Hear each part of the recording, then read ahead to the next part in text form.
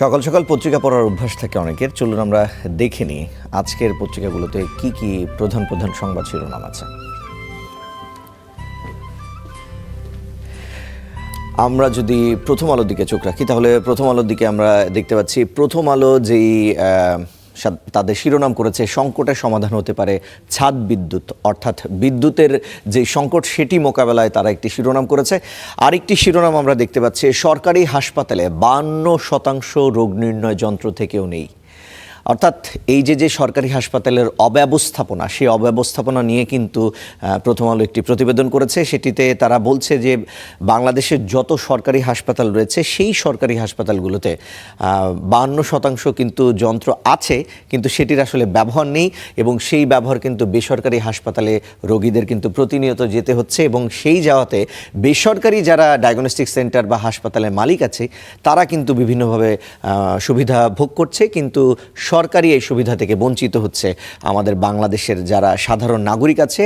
আবার আরেকটি তথ্য আপনাদেরকে জানিয়ে রাখি যে বাংলাদেশের মোট জনসংখ্যার 78% মানুষ হচ্ছে আপনার 78% মানুষ হচ্ছে আপনার থাকে হচ্ছে গ্রামে। তো গ্রামে 78% মানুষ থাকে, কিন্তু শহরে বসবাস করে 75% ডাক্তার। আমরা দেখি যে আমরা এম ইন লাইফ রচনা লেখার সময় ছোটোবেলায় অনেকেই লিখে যায় I want to be village doctor, but যখন সে ডাক্তার হয়ে যায় তখন আর ভিলেজে থাকতে চায় না, তখন শহরেই থাকতে চায়। কিন্তু গ্রামের মানুষ গ্রামেই থাকে, কিন্তু স্বাস্থ্যসেবা বঞ্চিত হয়। এরপরে আমরা দেখতে পাচ্ছি তারা আরেকটি শিরোনাম করেছে দেয়াল নির্মাণে এই ত্রুটি, অর্থ বরাদ্দের পরও হয়নি সংস্কার। অর্থাৎ মিরপুরে যে টিসিবির পণ্য সংগ্রহ করতে যে দেয়াল ধসে যেই দুজন মারা গিয়েছেন এবং অনেকেই আহত হয়েছেন, সেই বিষয়ে আসলে একটি প্রতিবেদন তারা করেছে যে এই দেয়াল ত্রুটির কারণেই কিন্তু কলেজ কর্তৃপক্ষের গাফিলতির কারণেই সেই বিষয়টি আসলে এরকম মর্মান্তিক একটি ঘটনা ঘটেছে। ইন্টারন্যাশনাল একটা ইস্যু তারা শিরোনামে এনেছে যে ইরাকে যুক্তরাষ্ট্র ও সৌদির যৌথ হামলা, যুদ্ধ ছড়িয়ে পড়ার শঙ্কা। আমরা অন্য কিছু পত্রিকাও দেখতে চাই। একটু যদি সমকালের দিকে আমরা চোখ রাখি তাহলে সমকালের দিকে আমরা চোখ রেখে দেখতে পাচ্ছি যে কিউআর প্রতিস্থাপনে শীর্ষে বিকাশ।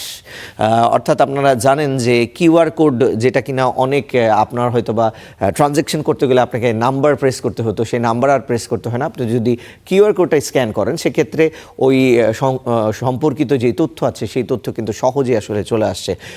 তো বিকাশের এখানে ওনারা আসলে বাংলা কিউআর কোড ব্যবহার বাধ্যতামূলক 1 জুলাই থেকে হয়েছে, সেটি কিন্তু অনেকেই করছেন।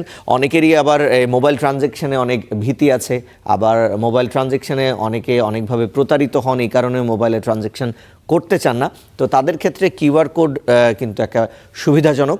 আপনি কিন্তু স্ক্যান করলে নাম্বার চলে আসবে এবং নাম্বারের সাথে আপনি কিউআর কোডের যে নাম্বার, ওই নাম্বারটা মিলিয়ে কিন্তু আপনার ট্রানজ্যাকশন খুব সহজেই করতে পারবেন। সেক্ষেত্রে ক্যাশলেস লেনদেনের দিকে যে বাংলাদেশ যাচ্ছে ধীরে ধীরে, সেটি কিন্তু একেবারে স্পষ্ট হচ্ছে। লেনদেন সহজ করছে Bangla QR code. Just scan করলেই লেনদেন হয়ে যাবে, সেই বিষয়ে তারা একটি প্রতিবেদন করেছে। আমরা আরেকটি দেখতে চাই যে যুগান্তরে আসলে কি বলা হচ্ছে। যুগান্তরেও দেখতে পাচ্ছি তারা একটি হেডলাইন করেছে ফুরোচ্ছে গ্যাস, বাড়ছে শঙ্কা, মজুদ শেষ হবে 12 থেকে 13 বছরে। অর্থাৎ বাংলাদেশের যেই প্রাকৃতিক গ্যাসের মজুদ আছে সেই মজুদ নিয়ে তারা একটি প্রতিবেদন করেছে যে ধীরে ধীরে যেই প্রাকৃতিক সক্ষমতা আছে সেটি 12-13 বছরেই শেষ হয়ে যেতে পারে। সেক্ষেত্রে বিকল্প আসলে কি ব্যবস্থা হতে পারে, আমরা এই সমস্যা কিভাবে সমাধান করতে পারি, সে বিষয়টি তারা নিয়ে আসলে একটি প্রতিবেদন করেছে। এই বিভিন্ন গ্রাফে তারা দেখিয়েছে আসলে চাহিদা কেমন আছে, সরবরাহ কেমন আছে, মজুদের হিসাব কেমন আছে, তিতাস বড়ক্ষেত্রে উৎপাদন কেমন কমেছে, সেটিও কিন্তু এখানে বলেছে যে তাদের আসলে 54 কোটি থেকে 33.35 কোটি তাদের উৎপাদন আসলে কমেছে। অর্থাৎ এই এতগুলো যারা আসলে গ্যাস উৎপাদন করে বা দুঃখিত গ্যাস নিয়ে কাজ করে বা এটির লাইন সঞ্চালনের কাজ করে যায় এবং নিয়ন্ত্রণ করে যায়, সেই সংস্থাগুলোও কিন্তু তাদের উৎপাদন কমিয়েছে, সেটিও কিন্তু দেখতে পাচ্ছি। আরেকটি বিষয়ে দেখতে পাচ্ছি যে শিল্পে গ্যাস সংকট সমাধানের আশ্বাস প্রধানমন্ত্রীর। অর্থাৎ এই গ্যাস সংকটের কারণে শুধুমাত্র কিন্তু বাসা বাড়িতে যে মানুষ গ্যাস পাচ্ছে না তা কিন্তু নয়, শিল্প উৎপাদনের যেটি সেখানেও কিন্তু ব্যাহত হচ্ছে। এবং আমরা দেখতে পাচ্ছি যে সিএনজি চালিত যেই যানবাহনগুলো আছে সেটির কিন্তু দীর্ঘ সারি এবং যানজট তৈরি হচ্ছে সড়কে।